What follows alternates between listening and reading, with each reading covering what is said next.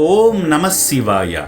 ఎవరికి ఏమీ కాక ఎవరేమన్నా ఏమీ అనలేక దొరికింది తింటూ దుర్లభమైన జీవితాన్ని అనుభవిస్తున్న కన్నవారంటూ ఎవరూ లేని అనాథులను చేరదీసి పునర్జన్మను కల్పిస్తుంది అమ్మా నాన్న అనాథ ఆశ్రమం. ఆపదలో ఉన్న వారిని ఆదుకోవాలనే సామాజిక స్పృహతో సాటి మనిషి ఆకలి తీర్చాలనే సేవాభావం కలిగిన తెలుగు రాష్ట్రాలలోని ఎందరో సేవామూర్తులు గతించిన వారి కుటుంబ సభ్యుల జ్ఞాపకార్థం ఈ సేవాశ్రమంలోని అభాగ్యుల ఆకలి తీర్చుతూ మానవ సేవే మాధవ సేవ అని చాటుతున్నారు.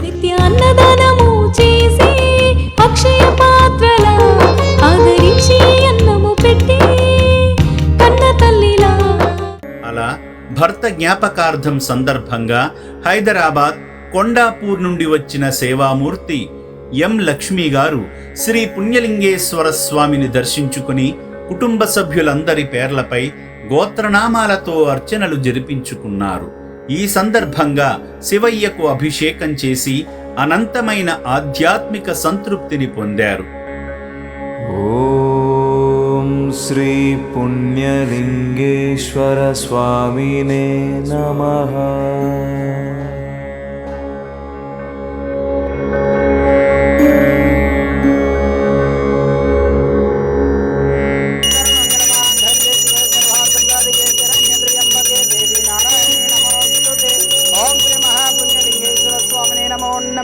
ఇది ఆనంద పరిమళ కర్పూర మంగళ నీరాజనం దర్శయామి.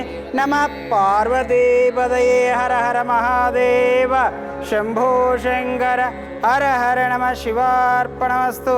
ఓం నమ శివాయ. ఓం శతమానం భవతి శతాయు పురుష శతవేంద్రియ ఆయుష్యేంద్రియే ప్రతిష్టతి.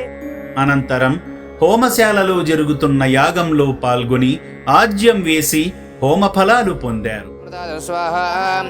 ఓం గతరద్రావదేశితమడిష్టమాయదవ్యశే వ్యోజయ మహేంతమకమృతే నమః స్వాహా. ఓం గతరద్రావదేశితమడిష్టమాయదవ్యశే వ్యోజయ మహేంతమకమృతే నమః స్వాహా.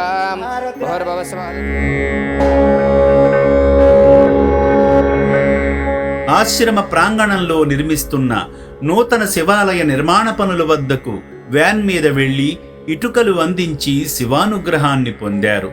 ఈ క్రమంలో అభాగ్యుల వసతి భవనాన్ని సందర్శించారు. అనంతరం వారి భర్త కీర్తిశేషులు ఎం మూర్తి గారి జ్ఞాపకార్థం వారి పవిత్ర ఆత్మకు శాంతి కలగాలని కోరుకుంటూ రక్షణాలయంలో జీవిస్తున్న అభాగ్యుల ఆకలి తీర్చే నిమిత్తం శివపుత్రుల జీవితకాల నిత్యాన్నదానానికి తగిన విరాళమందించి ఆదిదేవుని అనుగ్రహానికి పాత్రులయ్యారు.